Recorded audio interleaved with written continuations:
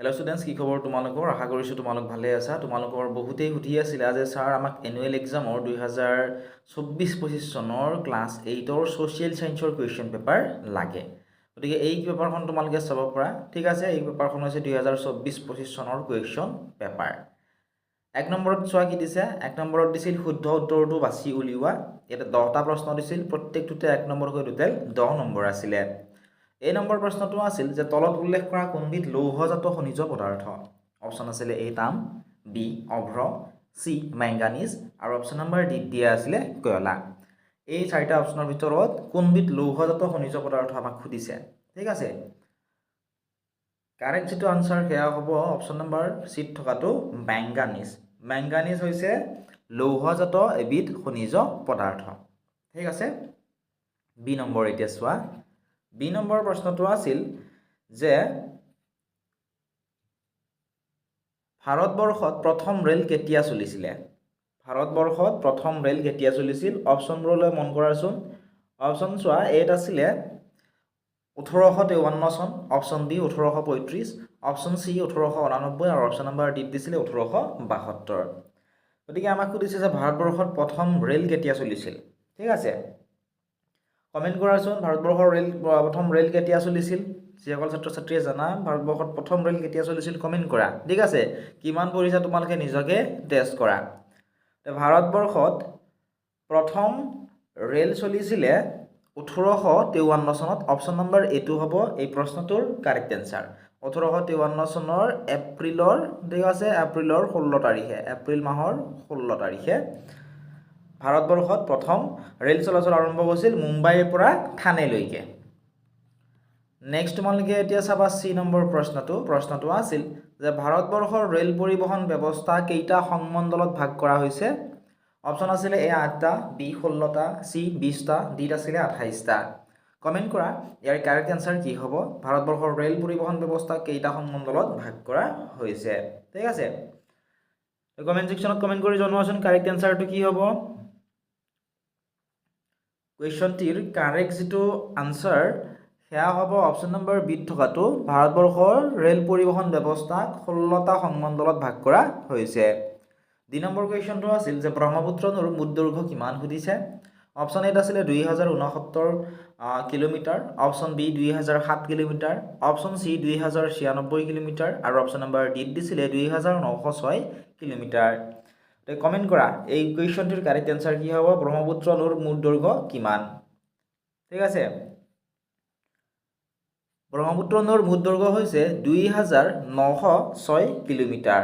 ঠিক আছে, আৰু মাইল হিচাপত যদি সোধে কেতিয়াবা পৰীক্ষাত মাইল হিচাপতো সুধিব পাৰে। মাইল হিচাপত সুধিলে হ'ব 1800 মাইল। এইটো তোমালোকে মনত ৰাখিবা।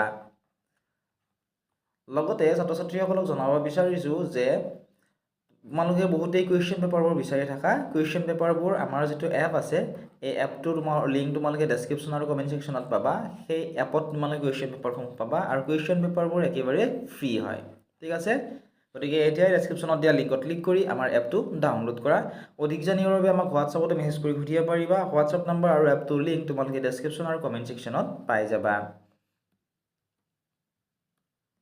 নেক্সট কুৱেশ্যনটি চোৱা। কুৱেশ্যনটো আছিল যে শিশু শ্ৰমিক প্ৰতিৰোধ আইন কেতিয়া বলবৎ কৰা হৈছিলে? অপশ্যন এত আছিলে 2001 চন, অপশ্যন বি 2002 চন, অপশ্যন চি 2004 চন আৰু অপশ্যন নম্বৰ ডিত দিছিলে 2006 চন। শিশু শ্ৰমিক প্ৰতিৰোধ আইন কেতিয়া বলবৎ কৰা হৈছিল আমাক সুধিছে। কাৰেক্ট এনচাৰটি হ'ব অপশ্যন নম্বৰ ডিত থকাটো 2006 চনত। ঠিক আছে, আৰু অৰিজিনেলি ইনেক্টেড কেতিয়া হৈছিলে? 1986ত। ঠিক আছে, গতিকে বলবৎ কেতিয়া কৰা হৈছিল? 2006ত। অপশ্যন ডি কাৰেক্ট এনচাৰ হ'ব। এতিয়া চোৱা নেক্সট প্ৰশ্ন। উত্তৰ পূব পৰিষদৰ মুখ্য কাৰ্যালয় অৰ্থাৎ হেডকোৱাৰ্টাৰটো ক'ত আছে সুধিছে। অপশ্যন আছিলে ডিব্ৰুগড়, গুৱাহাটী, শ্বিলং আৰু ইটানগৰ।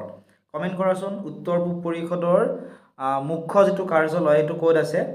ঠিক আছে, ক'ত আছে কমেণ্ট কৰা তোমালোকে উত্তৰ পূব পৰিষদৰ মুখ্য কাৰ্যালয়।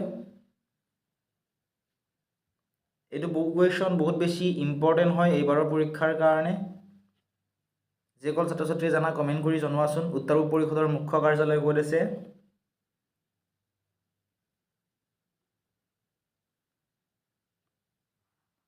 কুৱেশ্যনটিৰ কাৰেক্ট এনচাৰ হ'ব অপশ্যন নম্বৰ চিট থকাটো শ্বিলঙত আছে ঠিক আছে আৰু এই পৰিষদখন কেতিয়া গঠন কৰা হৈছিল পৰীক্ষাত সুধিব পাৰে পৰিষদখন গঠন কৰা হৈছিল 1971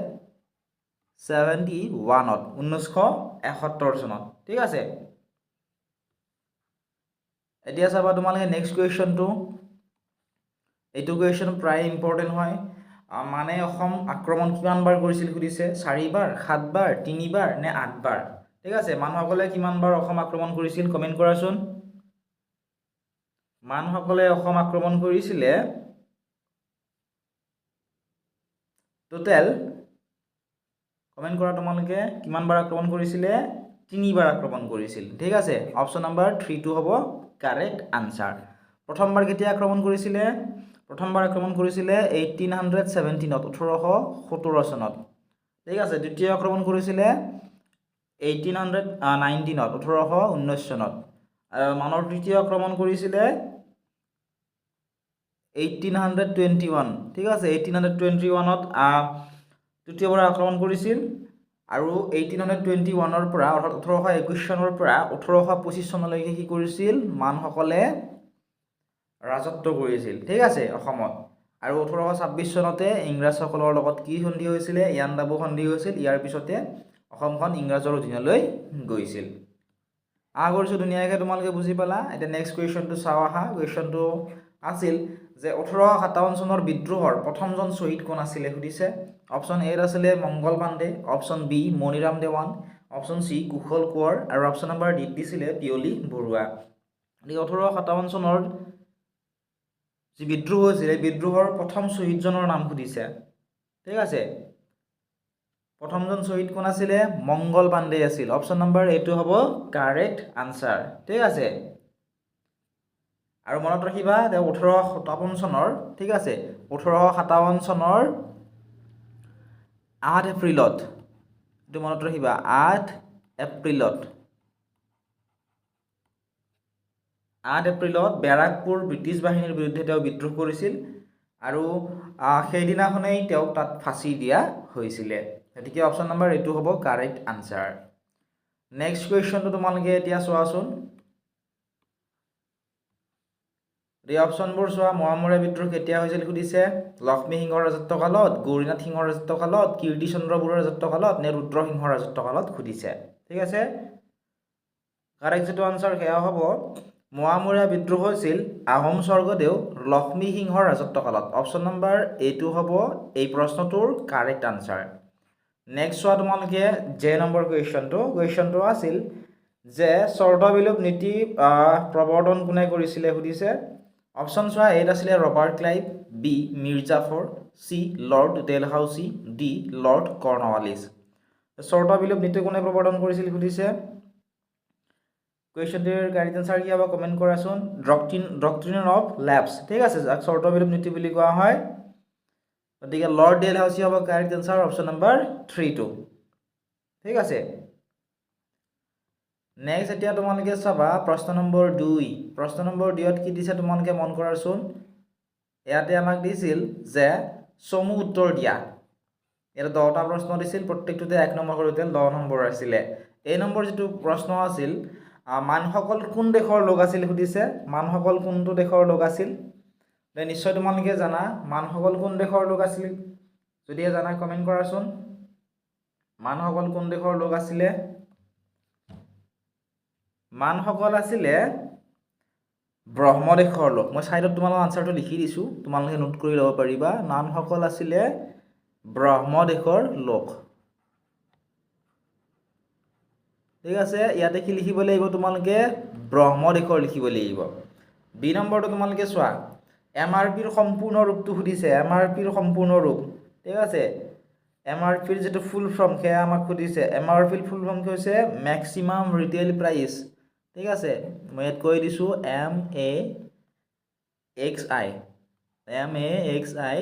MAXIMUM maximum retail RETAIL retail price PRICE এটো হৈছে M ৰে হৈছে ম্যাক্সিমাম R ৰে হৈছে ৰিটেইল P ৰে হৈছে প্ৰাইস নেক্সট প্ৰশ্ন তোমালোকে চোৱা, প্ৰশ্ন নম্বৰ C2। প্ৰশ্নটো কি দিছে চোৱাচোন, ব্ৰহ্মপুত্ৰ নৌৰ উৎসৰ হিমবাহটোৰ নাম কি সুধিছে, ব্ৰহ্মপুত্ৰ নৌৰ উৎসৰ হিমবাহটোৰ নাম। ঠিক আছে, এইটো কি আছিলে, ব্ৰহ্মপুত্ৰ নৌৰ উৎসৰ হিমবাহটোৰ নাম শ্যামা য়ুংডুং। ঠিক আছে, মই লিখি দিছোঁ চাবা, শ্যামা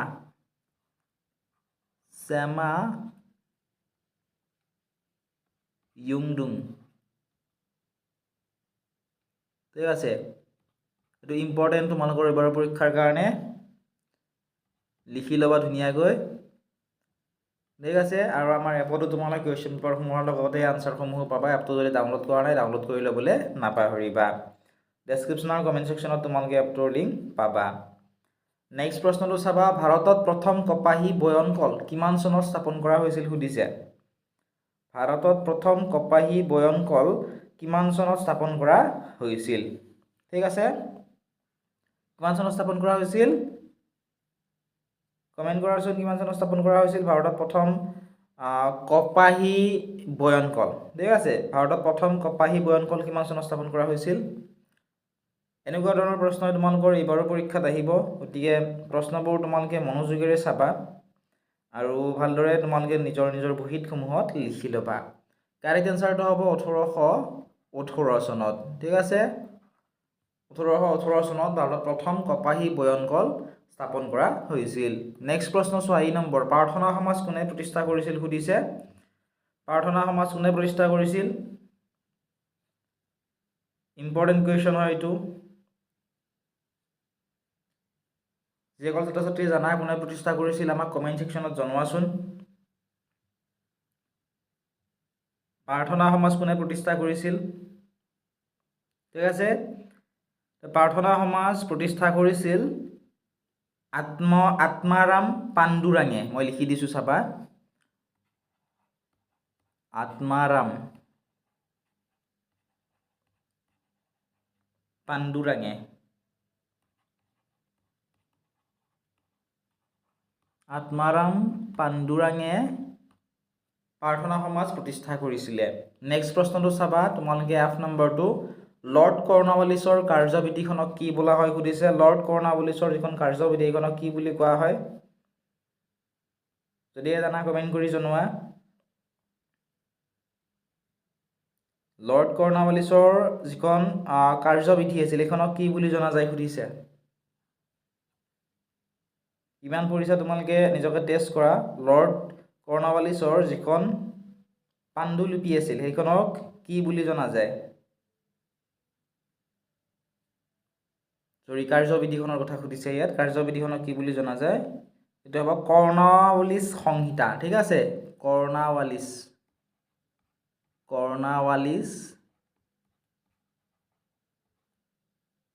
কৰ্ণৱালিছ সংহিতা।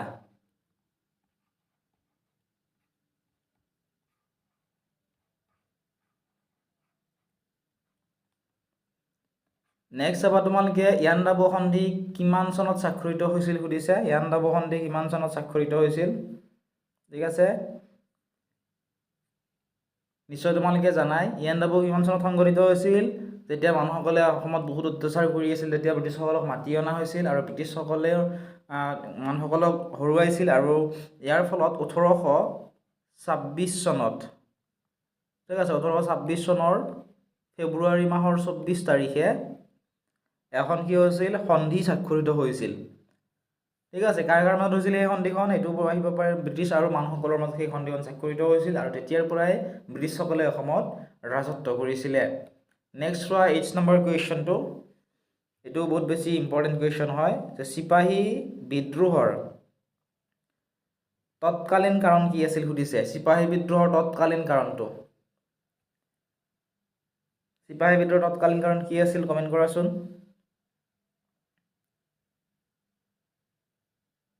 বহুত বেছি ইম্পৰ্টেণ্ট হয়। কুৱেশ্যনটিৰ কাৰেক্ট এনচাৰ হ'ব, চিপাহী বিদ্ৰোহৰ তৎকালীন কাৰণটো আছিল মংগল পাণ্ডেৰ ফাঁচী। ঠিক আছে, ইয়াত লিখিবা তোমালোকে মংগল পাণ্ডেৰ ফাঁচী। মংগল পাণ্ডেৰ ফাঁচী। মংগল পাণ্ডেক চিপাহী বিদ্ৰোহৰ কৰিছিলে, গতিকে তেওঁক সেইবাবে কি কৰিছিলে, তেওঁক ফাঁচি দিয়া হৈছিল। আৰু ইয়াৰ পিছত চিপাহী বিদ্ৰোহ আৰু তীব্ৰতৰ হৈছিলে। ঠিক আছে, গতিকে সেইকাৰণে কোৱা হয় মংগল পাণ্ডেক যিহেতু তেওঁৱে আৰম্ভণি কৰিছিল আৰু ইয়াৰ ফলত তেওঁৰে মৃত্যু হৈছিল আৰু তৎকালীন কাৰণ সেইটোৱেই আছিলে। ঠিক আছে, নেক্সট প্ৰশ্নটো তোমালোকে চাবা এতিয়া। প্ৰশ্নটো আছিল যে এবিধ অধাতৱীয় খনিজ পদাৰ্থৰ নাম লিখা। এবিধ অধাতৱীয় খনিজ পদাৰ্থৰ নাম সুধিছে। যদিহে জানা কমেণ্ট কৰি জনোৱাচোন কমেণ্ট ছেকশ্যনত অধাতৱীয় খনিজ পদাৰ্থৰ নাম কি হ'ব। ঠিক আছে, এবিধ অধাতৱীয় খনিজ পদাৰ্থৰ নাম।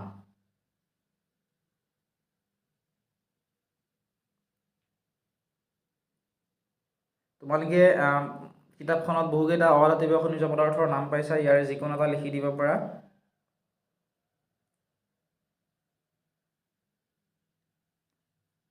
গতিকে তোমালোকে অভ্ৰটো লিখিব পাৰা। অভ্ৰটো মোৰ বোধেৰে ভুল হ'ব নালাগে, অভ্ৰ।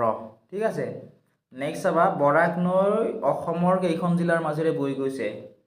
বৰাক নৈ অসমৰ কেইখন জিলাৰ মাজেৰে বৈ গৈছে সুধিছে। বৰাক নৈ অসমৰ কেইখন জিলাৰ মাজেৰে বৈ গৈছে। যদিহে জানা কমেণ্ট কৰা কিমানখন জিলাৰ মাজেৰে বৈ গৈছে বৰাক নৈ অসমৰ। তেতিয়াহে তোমালোকে গম পাবা যে তোমালোকে কিমান পঢ়িছা। কাৰেক্ট এনচাৰ কি হ'ব? কাৰেক্ট এনচাৰ হ'ব 3। বৰাক নৈ অসমৰ 3খন জিলাৰ মাজেৰে বৈ গৈছে। নেক্সট 3 নম্বৰত দিছিলে আমাক চমুকৈ উত্তৰ দিয়া। এইকেইটা যিহেতু অলপ দীঘলীয়া প্ৰশ্নৰ উত্তৰ, মই তোমালোকক ইয়াত লিখি দিব নোৱাৰিম। তোমালোকে আমাৰ এপত পাবা, যদি লাগে তোমালোকে এপটো ডাউনলোড কৰি ল'বা। ঠিক আছে, 2 নম্বৰত আমাক দিছিল যে চমুকৈ উত্তৰ দিয়া। ইয়াতে আমাক কি দিছে চোৱাচোন। ইয়াতে আমাক কৈছে প্ৰথমটো যে ইয়াণ্ডাবু সন্ধিৰ 2টা চৰ্ত লিখিব দিছে। ইয়াণ্ডাবু সন্ধিৰ 2টা চৰ্ত লিখা। মই চমুকৈ তোমালোকক কৈ দিব পাৰিম, অসমৰ পৰা মানৰ প্ৰত্যাহাৰ আৰু ক্ষতিপূৰণ প্ৰদান। ঠিক আছে, অৰ্থাৎ ক্ষতিপূৰণ প্ৰদান এইটোৰে আমি লিখিব পাৰোঁ ইয়াণ্ডাবু সন্ধিৰ চৰ্ত হিচাপত, কাৰণ যুদ্ধৰ ক্ষতিপূৰণ হিচাপে ব্ৰহ্মদেশৰ এজন ৰজা আছিল, সেই ৰজাজনে ক্ষতিপূৰণ হিচাপত কিছু পইচা বিচাৰিছিলে। ঠিক আছে, নেক্সট দিছিলে চিপাহী বিদ্ৰোহৰ 2টা কাৰণ লিখিবলৈ। ব্ৰহ্মপুত্ৰ নৈৰ উত্তৰ পাৰৰ 2খন উপনৈৰ নাম লিখিব দিছে। যদিহে জানা কমেণ্ট কৰাচোন। ব্ৰহ্মপুত্ৰ নৈৰ উত্তৰ পাৰৰ 2খন উপনৈ কি হ'ব কমেণ্ট কৰাচোন। তোমালোকে হয়তো কিতাপত উত্তৰ বাহিনী আৰু দক্ষিণ বাহিনী বুলি পাইছা। তোমালোকে লিখিব পাৰা ব্ৰহ্মপুত্ৰ নৈৰ উত্তৰ পাৰৰ উপনৈ সোৱণশিৰি লিখিব পাৰা।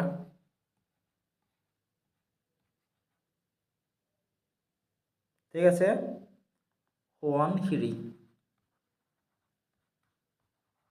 আৰু এখন লিখিব পাৰা তোমালোকে জীয়া ভৰালি লিখিব পাৰা। সোৱণশিৰি আৰু জীয়া ভৰালি। ঠিক আছে, এই 2খন হৈছে ব্ৰহ্মপুত্ৰ নৈৰ উত্তৰ পাৰৰ 2খন উপনৈৰ নাম। নেক্সট কুৱেশ্যন, 2টা বাণিজ্যিক বেংকৰ নাম লিখিব দিছে। 2টা বাণিজ্যিক বেংকৰ নাম কমেণ্ট কৰা। 2টা বাণিজ্যিক বেংকৰ নাম কি হ'ব? 2টা বাণিজ্যিক বেংকৰ নাম কমেণ্ট কৰা তোমালোকে। ঠিক আছে, ইয়াৰ উত্তৰটো মই তোমালোকক কৈ নিদিওঁ। 2টা বাণিজ্যিক বেংকৰ নাম।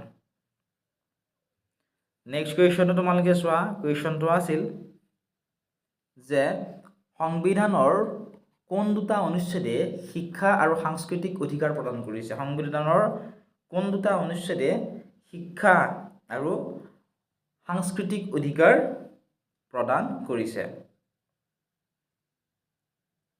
গতিকে আৰ্টিকল 29 আৰু আৰ্টিকল 30, অৰ্থাৎ ভাৰতীয় সংবিধানৰ 29 আৰু 30 নং অনুচ্ছেদে এই শিক্ষা আৰু সাংস্কৃতিক অধিকাৰ প্ৰদান কৰিছে। নেক্সট চাবা এতিয়া F নম্বৰ কুৱেশ্যনটো, প্ৰাকৃতিক পৰিৱেশ বিনষ্ট হোৱাৰ ফলত সৃষ্টি হোৱা 2টা সমস্যা লিখিব দিছে। চিপাহী বিদ্ৰোহৰ সময়ত ভাৰতত থকা 2টা সেনা ছাউনীৰ নাম। উত্তৰ পৰিষদ কেতিয়া প্ৰতিষ্ঠা কৰা হৈছিল? ইয়াৰ মুখ্য কাৰ্যালয়টো ক'ত আছে? একেবাৰে ইজি কুৱেশ্যন আৰু ইম্পৰ্টেণ্ট কুৱেশ্যন হয় এইটো। ঠিক আছে, এবাৰো আহিব পাৰে পৰীক্ষাত, এইটো ইম্পৰ্টেণ্ট। ঠিক আছে, নেক্সট আছিল কেপ্টেইন ৱেলছে অসমত কিমান চনত আহিছিল আৰু কোনজন গভৰ্ণৰ জেনেৰেলে তেওঁক অসমত পঠিয়াইছিল? নেক্সট হলমাৰ্ক চিহ্ন ব্যৱহাৰ হোৱা 2বিধ সামগ্ৰীৰ নাম লিখিবলৈ দিছে। ঠিক আছে, নেক্সট তোমালোকে চোৱা এবাৰো খালী ঠাই পূৰণ কৰা তোমালোকৰ পৰীক্ষাত আহিব ঠিক আছে খালী ঠাই পূৰণ কৰাত কি দিছে তোমালোকে মন কৰা ইয়াতে আমাক দিছে যে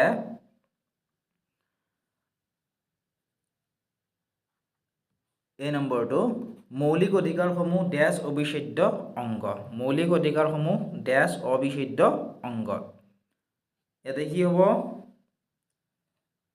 মৌলিক অধিকাৰসমূহ কি হ'ব সংবিধানৰ এক অবিচ্ছেদ্য অংগ হ'ব ইয়াতে লিখিব লাগিব সংবিধানৰ মৌলিক অধিকাৰসমূহ মই অলপ ভালদৰে লিখি দিছোঁ মৌলিক অধিকাৰসমূহ সংবিধানৰ এক অবিচ্ছেদ্য অংগ বি নম্বৰ কুৱেশ্যনটো চোৱা স্কেল বা মাপনি ডেছ প্ৰকাৰৰ কি সুধিছে চোৱা স্কেল বা মাপনি কেই প্ৰকাৰৰ আমাক সুধিছে স্কেল বা মাপনি কেই প্ৰকাৰৰ ঠিক আছে যদিহে জানা তোমালোকে কমেণ্ট ছেকশ্যনত জনোৱাচোন যে স্কেল বা মাপনি কেই প্ৰকাৰৰ হ'ব 3 প্ৰকাৰৰ ঠিক আছে নেক্সট চি নম্বৰত কি দিছে চোৱা গিৰিখাত ডেছ অঞ্চলৰ ভূ প্ৰকৃতি গিৰিখাত ডেছ অঞ্চলৰ ভূ আকৃতি ঠিক আছে ইয়াতে কি হ'ব কমেণ্ট কৰাচোন গিৰিখাত কি দিছে চোৱা ডেছ অঞ্চলৰ ভূ আকৃতি ইয়াতে এই খালী ঠাইখিনিত কি হ'ব আমাক লিখিবলৈ দিছে কমেণ্ট কৰা তোমালোকে ইয়াৰে কাৰেক্ট এনসাৰটো কি হ'ব ইয়াতে হ'ব উচ্চভূমি ঠিক আছে গিৰিখাত উচ্চভূমি অঞ্চলত ভূ আকৃতি নেক্সট ভাৰত এখন ধৰ্ম ডেছ ৰাষ্ট্ৰ এইটো তোমালোকে জানাই ভাৰত হৈছে এখন কি হয় ধৰ্ম নিৰপেক্ষ ৰাষ্ট্ৰ হয়নে ভাৰত এখন কি হ'ব ধৰ্ম নিৰপেক্ষ ৰাষ্ট্ৰ কাৰণ ইয়াত আমি হিন্দু মুছলিম শিখ খ্ৰীষ্টান আদি সকলো মানুহে মিলিজুলি বসবাস কৰোঁ গতিকে নিৰপেক্ষ লিখিব লাগিব নেক্সট চাবা মণিৰাম দেৱানৰ সৈতে ফাঁচি দিয়া নেতাজন কোন আছিল অৰ্থাৎ মণিৰাম দেৱানৰ লগত আন এজন নেতাক ফাঁচি দিয়া হৈছিল সেইজন কোন আছিল সুধিছে বহুত বেছি ইম্পৰ্টেণ্ট হয় এই কুৱেশ্যনটো মণিৰাম দেৱানৰ লগত কাক ফাঁচি দিয়া হৈছিল কমেণ্ট কৰাচোন তোমালোকে তো হ'ব পিয়লি বৰুৱা ঠিক আছে মণিৰাম দেৱানৰ লগত পিয়লি বৰুৱাক ফাঁচি দিয়া হৈছিলে পিয়লি বৰুৱা ঠিক আছে নেক্সট তোমালোকে চাবা এতিয়া 5 নম্বৰত আমাক দিছিল এইখিনি মিলাবলৈ দিছিল ঠিক আছে গতিকে তোমালোকে নিশ্চয় পাৰিবা মিলোৱাখিনি যদি পাৰিছা তোমালোকে আমাক মিলাই পেলাই কমেণ্ট ছেকশ্যনত জনোৱাচোন যে ফুলগুৰি ধাৱা কেতিয়া হৈছিল ঠিক আছে ফুলগুৰি ধাৱা কেতিয়া হৈছিল কমেণ্ট কৰা এই কুৱেশ্যন কেইটা বহুত বেছি ইম্পৰ্টেণ্ট হয়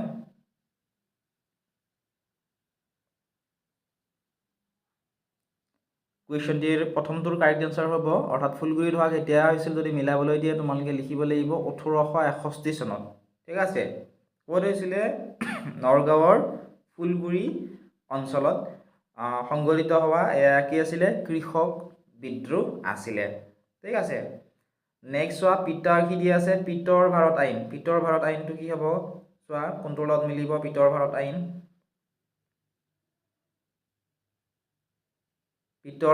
কোনটোৰ লগত মিলিব তোমালোকে চোৱা এই মিলোৱাকেইটা তোমালোকৰ পৰীক্ষাৰ কাৰণে বহুত বেছি ইম্পৰ্টেণ্ট হয় এইটো হ'ব 1784 হ'ব ঠিক আছে 1784 লগত মিলিব 1784 চনত পিতৰ ভাৰত আইন ঠিক আছে যাক ইংলিছত পিটছ ইণ্ডিয়া এক্ট বুলি কোৱা হয় আৰু এই আইনখন ব্ৰিটিছ প্ৰধানমন্ত্ৰী উইলিয়াম পিটৰ দ্বাৰা প্ৰণয়ন কৰা এক গুৰুত্বপূৰ্ণ আইন আছিলে নেক্সট চোৱা ব্ৰাহ্ম সমাজ দিছে ব্ৰাহ্ম সমাজ এতিয়া কাৰ লগত মিলিব চোৱা ব্ৰাহ্ম সমাজ কি হ'ব কোনটোৰ লগত মিলিব চোৱা ব্ৰাহ্ম সমাজটো মিলিব ৰাজা ৰামমোহন ৰায়ৰ লগত ঠিক আছে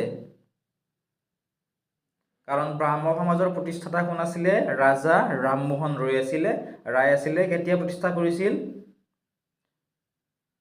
এইটো তোমালোক সুধিব পাৰে 1828 ঠিক আছে মই ছাইডত লিখি দিছোঁ 1828 প্ৰতিষ্ঠা কৰিছিলে নেক্সট তোমালোকে চাবা ৰামকৃষ্ণ মিছন ঠিক আছে ৰামকৃষ্ণ মিছন চোৱা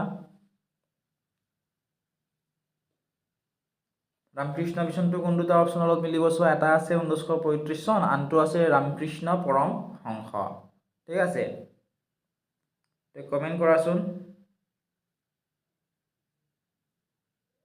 ৰামকৃষ্ণ মিছনটো মোৰ বোধৰে মিলিব লাগে এইটো কৃষ্ণ পৰমহংসৰ লগত ঠিক আছে নেক্সট চোৱা কেন্দ্ৰীয় বেংক আছে আৰু এটা আছে 1935 চন এতিয়া চোৱা কেন্দ্ৰীয় বেংকটো 1935 চনত কেনেকৈ মিলিব কাৰণ কেন্দ্ৰীয় বেংকটো 1935 চনত কি কৰা হৈছিলে স্থাপন কৰা হৈছিল গতিকে 1935 চনৰ লগত এইটো মিলি যাব কাৰণ কেন্দ্ৰীয় বেংক 1935 চনত স্থাপন কৰা হৈছিল নেক্সট সুধিছে 6 নম্বৰত আভা কি আভাৰ বৰ্তমানৰ নামটো কি সেয়াও আমাক সুধিছে ঠিক আছে এতিয়া আভা কি আভাৰ বৰ্তমানৰ নাম কি বহুত বেছি ইম্পৰ্টেণ্ট কুৱেশ্যন হয় এইটো আভা কি কমেণ্ট কৰাচোন আভা কি হয় যদিহে জানা